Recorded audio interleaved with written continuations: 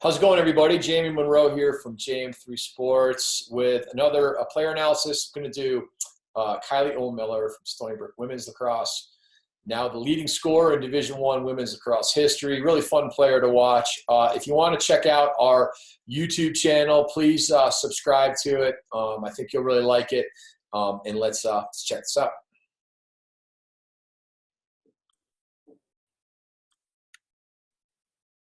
So this girl's a lefty, but she's got a good right. She's a great feeder, finisher, dodger. She's athletic. She's got great vision. And we're going to start off looking at her ability to feed. She goes at her man. She gets into a nice feeding area, tight to the middle, and then she lays off a really nice behind-the-back feed. And let's talk about why this is so, many people think of behind the back as like fancy. I look at it as fundamental. And I'll tell you why, because it's deceptive. The girl guarding the cutter here all of a sudden thinks that the ball couldn't possibly be thrown, because what happens with behind the backs a lot is like when you get to this point where you're like even, it doesn't look like you could throw the ball into this space anymore. And so therefore a lot of times the defender kind of like relaxes for a second. You can see that's exactly what happened here. Your behind the back feed is so deceptive, and it's a short feed. We're talking about a 6-yard feed, maybe 7 yards. And when you feed short and you feed deceptively, you can put it into spots. And honestly, I believe that every player needs to have this in their repertoire, and you got to practice this. Now, I want you to take a look at first what she does off the ball. You can see that she is setting her man up. She's got her back to the ball. She knows that there's going to be a feed. She's probably trying to fake a pick right now. She might be calling her teammate's name and saying, hey, Jenny, get ready. I'm going to pick for you. And then you can see that she glances over her shoulder right there to see where the ball is.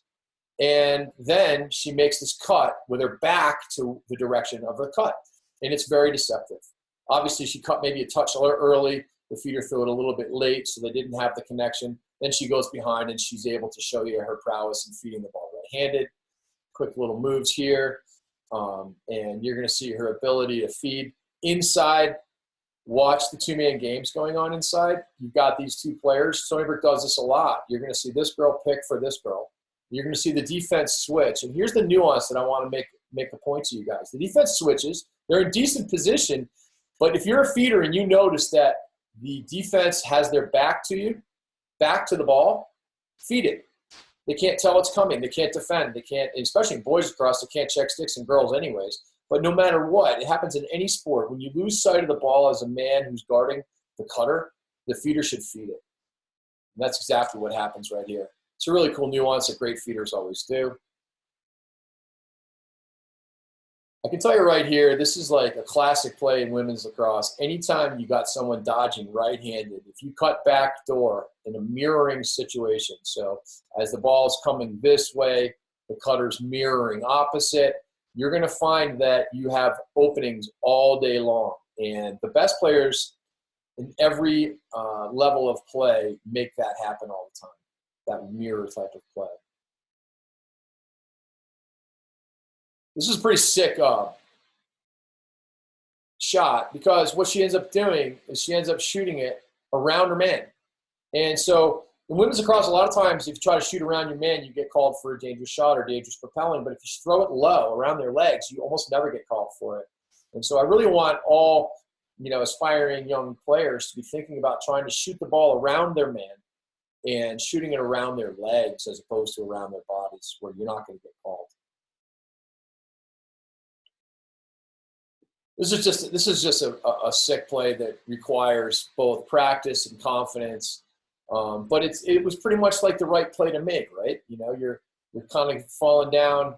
You want to pop it up, put it on net. You want to go strong hands. Could she have shot it around her man, to this side? Probably. But the way she ends up just getting the shot off is something that I think everybody should practice. Here's a classic finish.